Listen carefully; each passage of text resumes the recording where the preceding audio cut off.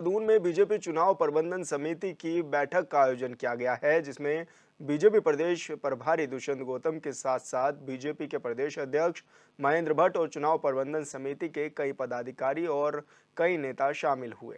बैठक में लोकसभा चुनाव के नतीजों को लेकर चर्चा की गई। साथ ही किन क्षेत्रों में बेहतर प्रदर्शन किया गया और किस क्षेत्र में कम वोट पड़े हैं, इस पर भी चर्चा बैठक में हुई है।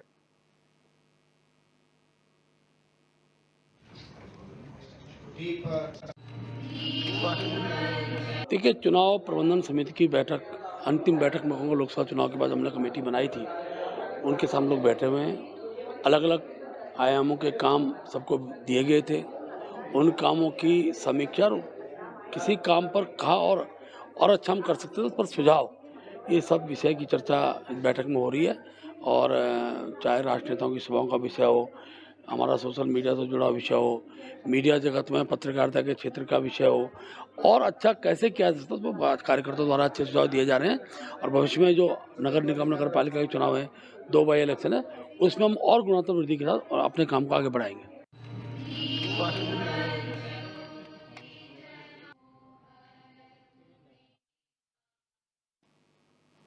और संवाददाता हिमांशु गौड़ हमारे साथ लाइव जुड़ चुके हैं। हिमांशु, बीजेपी ने एक बड़ी बैठक की है, क्या कुछ उस बैठक में रहा है और किन विषयों पर चर्चा भी हुई है? बिल्कुल विशाल, देखिए बीजेपी चुनाव प्रबंधन समिति की आज की बैठक देहरादून में हुई है और उस बैठक में तमाम आला अधिकारी, चाहे मैं बात करूं प्रदेश प्रभारी दुष्यंत कुमार गौतम की जी। हो चाहे प्रदेश अध्यक्ष महेंद्र भट्ट हो, मीडिया प्रभारी मनवीर चौहान, उन तमाम ऐसे पदाधिकारी जो है बैठक में मौजूद रहे। और कहीं ना कहीं बीजेपी के जो हार के कारण, या जिन हार के कारण आप नहीं कह सकते, मतलब जिन चुनाव में सीटों पर बीजेपी पीछे रही है, उन सीटों पर या जिन सीटों पर मतदान प्रतिशत जो है कम रहा है, उनको लेकर चर्चाएं की गई। साथ ही में अगर मतदान प्रतिशत कैसे बढ़े, उन चीजों को लेकर चर्चा की गई। जिन विधानसभाओं में बीजेपी का जो फीडबैक रहा वो खराब रहा, उन सीटों पर कैसे बिल्कुल जो है बीजेपी को मजबूत किया जाए, संगठन को मजबूती प्रदान की जाए, वो कैसे, उस पर किस तरीके से काम हो। क्योंकि अब विधानसभा उपचुनाव जो है बद्रीनाथ में मंगलौर सीट पर होने हैं। इसी के साथ ही राज्य में अब निकाय चुनाव और त्रिस्तरीय पंचायत चुनाव है। लगातार चुनाव का जो दौर अब राज्य में है, इसके लिए लेकर पार्टी को, संगठन को किस प्रकार मजबूत किया है, तमाम ऐसे विषयों पर जो है अहम चर्चा आज के दिन में हुई है। हिमांशु, क्योंकि ये भी देखा जाता है जो मंगलोर विधानसभा सीट है वो काफी चुनौती भरी रहती है बीजेपी के लिए, क्योंकि तब से राज्य का गठन हुआ है, तब से लेकर आज तक वो बीजेपी सीट नहीं जीत पाई। तो क्या इस बैठक में ये भी मंथन हुआ है कि किस तरह से हम वो सीट जीत सकते हैं या किस तरह से उस पर चर्चा करने की जरूरत है? जी, बिल्कुल विशाल, क्योंकि हमने देखा है कि राज्य गठन में जब 14 फरवरी 2002 को राज्य में पहले विधानसभा चुनाव हुए थे, उसके बाद से अब तक राज्य में 5 विधानसभा चुनाव का आयोजन हुआ है। तब से अब तक लेकर भाजपा जो है मंगलौर सीट पर अपना खाता नहीं खोल पाई है। इस सीट पर अमूमन बसपा और जो है कांग्रेस का ही जो है बोलबाला रहता है। और कहीं न कहीं बीजेपी इस बार जरूर कोशिश करेगी कि इस सीट पर बढ़त बनाई जाए।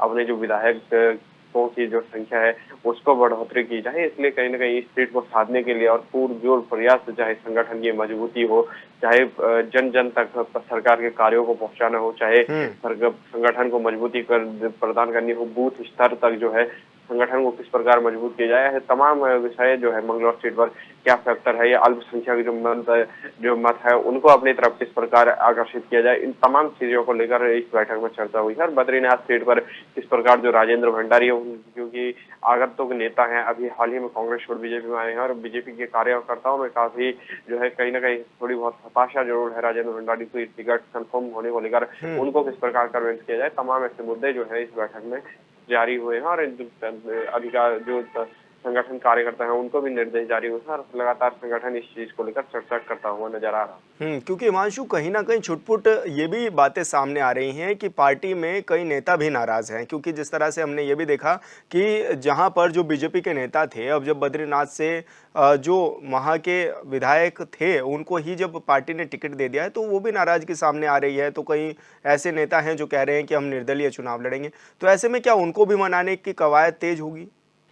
जी, बिल्कुल विशाल, क्योंकि राजेंद्र भंडारी के जो है कांग्रेस में शामिल होने, क्योंकि हमने देखा भंडारी 24 घंटे पहले किस प्रकार जो है बीजेपी पर गरज रहे थे और बीजेपी में जो है शामिल नहीं होने की बात कर रहे थे, और 24 घंटे बाद ही जिस प्रकार से बीजेपी में भंडारी शामिल हुए, उससे कार्यकर्ताओं का मनोबल और पार्टी संगठन ने शायद ये जो है भंडारी को पार्टी में शामिल किया, उसको लेकर कहीं ना कहीं नाराजगी है। संगठन के जो मंत्री हैं या दिग्गज नेता हैं जो लगातार जमीनी स्तर से लेकर आज तक संगठन के लिए काम करते आए हैं, ऐसे तमाम दिग्गज नेता हो या बूथ स्तर के कार्यकर्ता हो, उनमें काफी नाराजगी है और उनको कन्विंस करने की बात में लगातार बीजेपी कर रही है और कोशिश जरूर करेगी बीजेपी की ये मामला जो है बीजेपी कांग्रेस तक ही सिमट कर रह जाए, अन्य जो है विरोधी दल या कोई शक्ति जो है बद्रीनाथ विधानसभा पे ना आए, क्योंकि एक बड़ी चुनौती यहाँ पर हो जाती है। बद्रीनाथ विधानसभा की पूर्व विधायक चाहे महेंद्र भट्ट इस समय पार्टी के प्रदेश अध्यक्ष हो या राजेंद्र भंडारी जो है वो इस समय सिटिंग एमएलए थे और उनके इस्तीफा देने के बाद अब वो फिर दावेदारी कर रहे हैं, तो ये कोशिश जरूर करेगी बीजेपी की इस सीट को किस प्रकार अपने पाले में किया जाए और त्रिकोण या नवाना के दो बीजेपी और कांग्रेस में ही इस मामले को सिमटा दिया जाए और किस प्रकार जो है इस सीट पर विजय हासिल की जाए। बिल्कुल हिमांशु, बहुत बहुत शुक्रिया आपका तमाम जानकारी साझा करने के लिए। उत्तराखंड के बहुचर्चित उद्यान घोटाले में सीबीआई टीम जांच में जुटी हुई है। उद्यान विभाग ने पौधे खरीद के नाम पर करीब 70 करोड़ रुपए का खर्च किया है। हाईकोर्ट ने इस घोटाले की सीबीआई जांच के आदेश भी कर दिए थे, जिसके बाद सीबीआई मामले की जांच कर रही है। वहीं इसी को लेकर देहरादून में महानगर कांग्रेस ने कैबिनेट मंत्री गणेश जोशी का पुतला भी फूंका है। महानगर अध्यक्ष डॉक्टर जसवीर सिंह गोगी ने कहा है कि सीबीआई के अधिकारियों पर मुकदमे दर्ज किए गए हैं। ये अधिकारी बहुत ही छोटे प्यादे हैं। अगर जांच इस मामले में की जा रही है तो इसमें और भी कई बड़े नाम सामने आएंगे।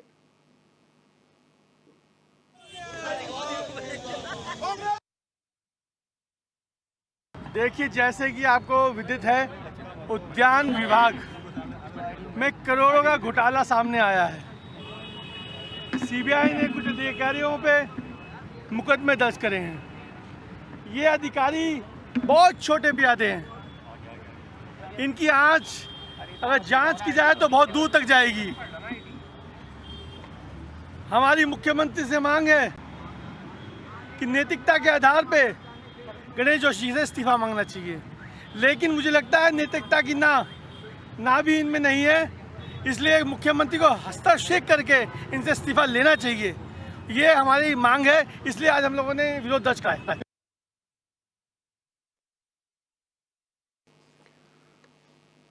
और संदीप चमोली, प्रवक्ता कांग्रेस से हमारे साथ जुड़ चुके हैं। संदीप जी, बहुत स्वागत है आपका चैनल में।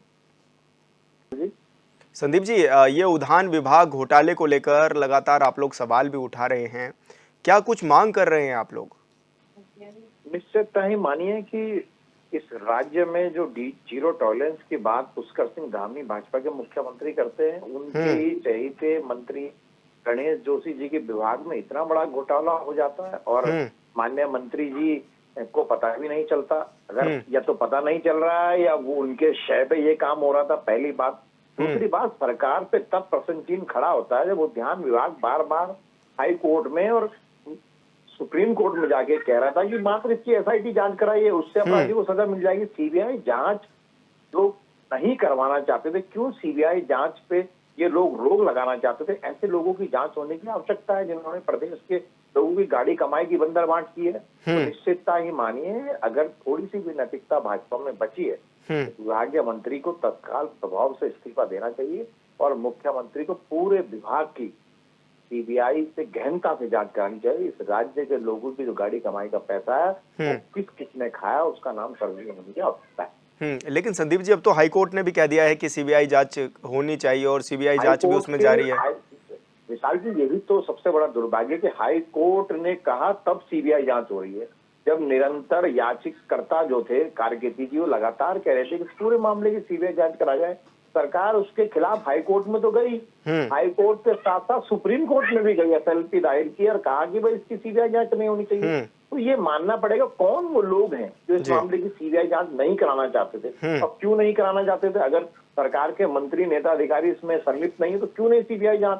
सीबीआई जांच को रोकने का मकसद ही यही था कि जो मुख्य हो रहे हैं, क्योंकि मात्र बबेजा तो आप मात्र जो है बबेजा और जो जिनकी नर्सरियां थी उनको बकरा बना के आप जो इसके पीछे के जो भेड़िया छुपे हुए जो सफेद पोश लोग हैं जो उच्च पदों पे सचिवालय पे बैठे हुए अधिकारी सचिव है, उन लोगों के हाथ, जब तक उन लोगों के हाथ में हथकड़ी नहीं लगेगी, उन लोगों के गिरेबान में सीबीआई जांच के तहत जब धीरे धीरे देखिए अब जांच जब स्पष्टता से चलेगी तो ऐसे लोगों का नाम सामने आएगा। और निश्चितता ही मानिए कि ये उद्यान घोटाला जो हम सबके सामने आया है ये इस राज्य का बहुत बड़ा घोटाला है और सबके सामने आने वाला है।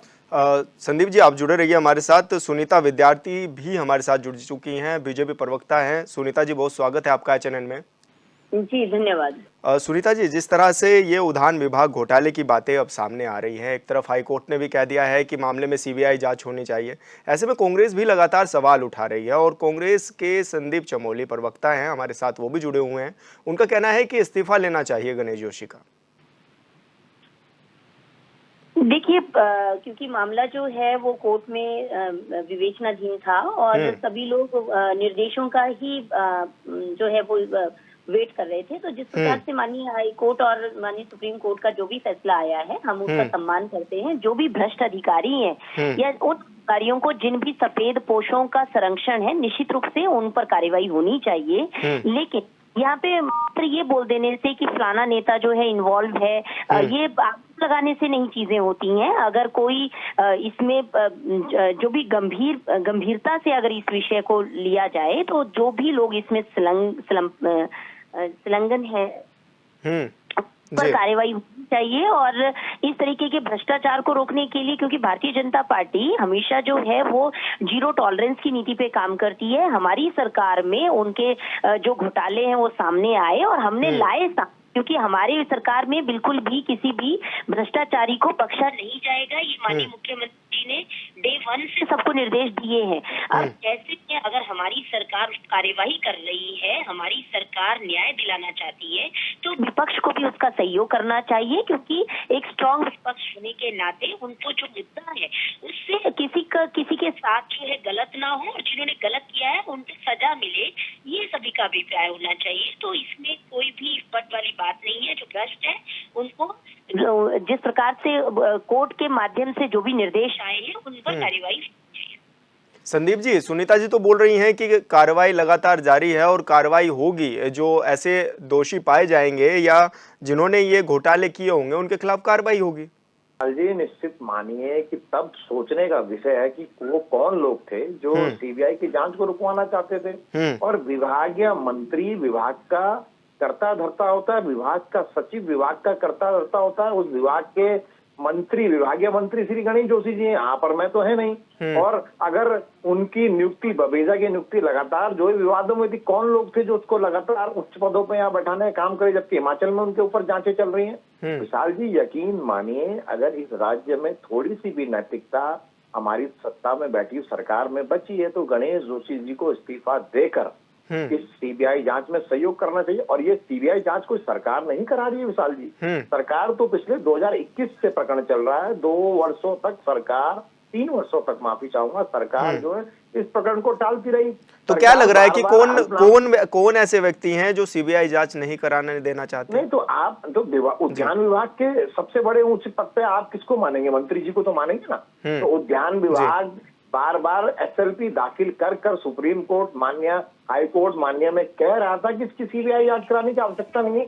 विशाल जी, इस बात को या तो हम लोग समझना नहीं चाहते हैं या फिर भाजपा के साथी हमें मूर्ख समझ रहे हैं। भाई कौन लोग थे जो उद्यान विभाग से बार बार एसएलपी दाखिल कर मान्य न्यायालय से कह रहे थे कि इसकी सीबीआई जांच न कराई जाए? क्यों ना कराई जाए सीबीआई जांच? अगर आप दूध के धुले तो सीबीआई जांच से आप क्यों भाग रहे थे? सुनीता जी, क्योंकि मामला 1-2 करोड़ रुपए का नहीं है, मामला 70 करोड़ रुपए का है। सुनीता जी, ये जो भी जांच हो रही है विशाल जी, सीबीआई के हाई कोर्ट के आदेश से सीबीआई कर रही है। राज्य सरकार द्वारा जो इसमें एसआईटी जांच की गई, उस जांच को अगर ये सार्वजनिक कर दें तो सबके सामने आ जाएगी, लेकिन वो भी सार्वजनिक नहीं हुई। निश्चित मानिए बड़े लोगों को बचाने के लिए, बड़ी नेता मंत्रियों को बचाने के लिए छोटे कर्मचारियों को बलि का बकरा बनाया जा रहा है। इस राज्य में जो उच्च स्तरों पर बैठे हुए भ्रष्टाचारी लोग हैं, उन लोगों का चेहरा बहुत से जल्द सीबीआई सामने लाएगी। ये भाजपा भी देखेगी, हम भी देखेंगे और राज्य के प्रत्येक लोग देखेंगे जिनकी गाड़ी कमाई का बंदरबाट हुआ है। संदीप जी, एक कमेंट सुनीता जी का भी ले लेते हैं। सुनीता जी, क्योंकि मामला 1-2 करोड़ का नहीं 70 करोड़ रुपए का है और 70 करोड़ रुपए के पेड़ खरीदे गए हैं। ऐसे में क्या कमेंट है आपका, क्या कहेंगे आप कि इतना पैसा राज्य सरकार का लगा देना और पेड़ों के नाम पर, जो कि अब पूरी तरह से घोटाले सामने आ रहे हैं? देखिए विशाल जी, भारतीय जनता पार्टी का साफ निर्देश है कि किसी भी भ्रष्टाचारी को बख्शा नहीं जाएगा और जो भी इसमें संलिप्त हैं उन सब पे कार्रवाई होगी। और ये बावेजा जी जो है वो कोई नई भारतीय जनता पार्टी के समय में नहीं है उग के आए हैं। इन्होंने किस किस की थाली में क्या क्या खाया है ये कांग्रेस अच्छी तरह से जानती है। और कांग्रेस पार्टी अपने आप को दूध का धुला ना बताए। अगर किसी ने जांच रुकवाने की कोई कोशिश की है तो नाम सार्वजनिक करे। हमारी पार्टी में किसी भी व्यक्ति ने ये काम नहीं किया है और ऐसे आरोप लगाने से नहीं है। चमोली जी को पता हो कि सीबीआई जांच रुकवाने के लिए फलाने नेता ने या फलाने व्यक्ति ने हाईकोर्ट में जो है वो रोका है तो उसका नाम सार्वजनिक करे, वो उसका जवाब दे क्यों रोक रहा है। ये सारी बातें बोलने से नहीं होती। देखिए माननीय हाईकोर्ट ने जो निर्देश दिए हैं भारतीय जनता पार्टी सम्मान करती है और जो भी भ्रष्ट है उनको उनकी जगह पे लाना भारतीय जनता पार्टी चाहती है। संदीप जी, तो फिर आप नाम उजागर कर दीजिए, कौन ऐसे व्यक्ति हैं जो सीबीआई जांच नहीं करने देना चाहते हैं? विशाल जी, निश्चितता ही मानिए एसएलपी दाखिल करने का अधिकार कोर्ट में उद्यान विभाग द्वारा दाखिल की गई और कहा गया कि जो एसआईटी जांच चल रही है उससे हम संतुष्ट हैं, सरकार संतुष्ट है। सरकार के जो अधिवक्ता नियुक्त होते हैं हाई कोर्ट सुप्रीम कोर्ट में उनके द्वारा एसएलपी दाखिल करी, वो अपनी मर्जी से तो करेंगे नहीं, सरकार द्वारा दाखिल कराई गई क्योंकि सरकार उच्च पदों पर जो बैठे हुए मंत्री हैं, सचिव हैं, उनको बचाने के लिए इन सब ऐसे हथकंडे अपना रही थी। लेकिन कोर्ट द्वारा बिल्कुल भी नहीं माना। कोर्ट ने इसे गंभीरता से लिया और इसमें सीबीआई जांच की इंक्वायरी बैठा दी और आज सीबीआई जांच हो रही है। और निश्चितता ही मानिए परत जब परत खुलेगी तो न जाने किस किस के क्या पता मुख्यमंत्री आवास तक इस जांच के जो परतें खुले, क्या पता सीएम आवास तक पहुंच जाए। तो निश्चित माने इस राज्य में ये घोटाला 70 करोड़ से भी बड़ा घोटाला है। हम आप सबके सामने सीबीआई जल्द से जल्द लेके आए। बिल्कुल संदीप जी, बहुत बहुत शुक्रिया आपका हमारे साथ जुड़ने के लिए और सुनीता जी आपका भी बहुत बहुत शुक्रिया। धर्मनगरी हरिद्वार में भयंकर जाम की वजह से शहर का हाल बेहाल है। ज्वालापुर से हर की पौड़ी तक वाहनों की लंबी लंबी कतारें हैं और रिंग रिंग करके वाहन चलते हुए नजर आ रहे हैं, जिसकी वजह से आम जनजीवन पूरी तरह से प्रभावित होता हुआ नजर आ रहा है। जाम की समस्या से न केवल भारी यात्री परेशान हैं बल्कि स्थानीय लोग भी काफी परेशान नजर आ रहे हैं। वहीं प्रशासन की तरफ से की गई व्यवस्था भी फेल साबित हो रही है।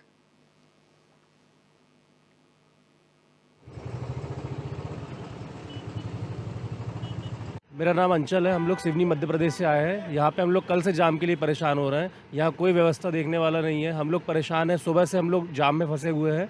यहाँ पे एक ट्रैफिक पुलिस वाला भी नहीं है और ना यहाँ पे कोई जाम क्लियर करने वाला है। तो मैं प्रशासन से अनुरोध करूँगा कि यहाँ पे जाम क्लियर करवाएं और जो बाहर से टूरिस्ट आ रहे हैं दूर दूर से उनकी व्यवस्थाओं का ध्यान रखें। ये जाम में बहुत अव्यवस्था हो रही है। यहाँ बच्चे परेशान हो रहे हैं, परिवार परेशान हो रहा है। कोई व्यवस्था नहीं है, कोई ट्रैफिक नहीं, कोई पुलिस नहीं, कोई रूल नहीं यहाँ पे।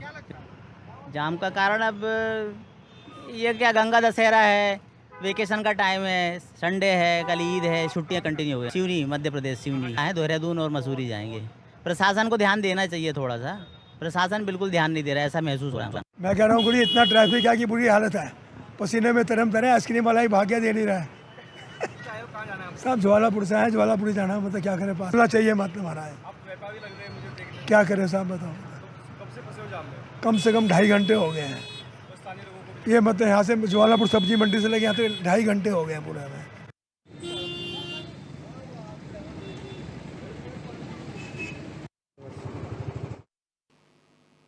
और संवाददाता मनोज कश्यप हमारे साथ लाइव जुड़ चुके हैं हरिद्वार से। मनोज, किस तरह की तस्वीरें जो हैं वो सामने आ रही हैं, क्योंकि जाम से जूझते हुए लोग नजर आ रहे हैं आज हरिद्वार में, क्या व्यवस्था इतनी फेल हो गई?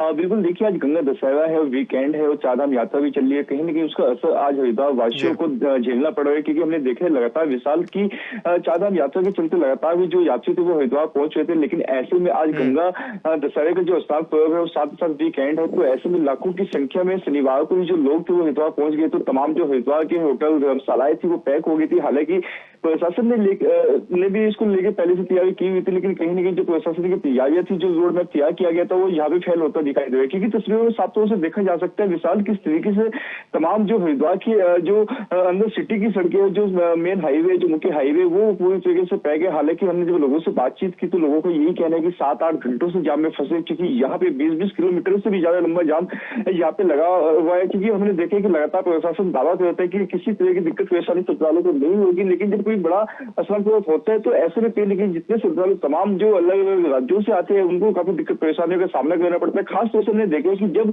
यहाँ पे कोई बड़ा स्नान पर्व होता है तो ऐसे में कहीं ना कहीं जो जिला प्रशासन होता है वो स्थानीय लोगों को कोई दिक्कत परेशानी ना हो उसको लेकर एक रोड मैप तैयार किया जाता है, लेकिन आज वो रोड मैप भी कहीं ना कहीं फेल हो गया। ये कहना यहाँ पे गलत नहीं होगा, क्योंकि हमने देखा कि जो सिटी के अंदर की जो सड़कें तमाम वो पूरी तरीके से पैक हो चुकी है। जब हमने व्यापारियों से बात की, व्यापारियों का साफ तौर से ये कहना है कि जो व्यापारी कहीं जाम में फंसा है तो लगभग घंटों घंटों जाम में फंसा है, किसी तरह की कोई व्यवस्था नहीं है। हालांकि व्यापारियों का जो श्रद्धालु सड़कों पर फंसे हुए उन्हें ये भी कहना है कि यहाँ पे पुलिस प्रशासन की जो व्यवस्था है वो पूरी तरीके से फेल दिखाई दे रही है। जी मनोज, जिस तरह से ये भी देखा जा रहा है कि एक तरफ तो गर्मी का सितम जारी है, बहुत ज्यादा गर्मी हो रही है हरिद्वार में इन दिनों, और दूसरी तरफ इतनी बड़ी संख्या में श्रद्धालु यात्री पहुंचे हुए हैं, ट्रैफिक जाम में घंटों घंटों से फंसे हुए हैं, तो कितनी परेशानियों का सामना यात्रियों को करना पड़ रहा है।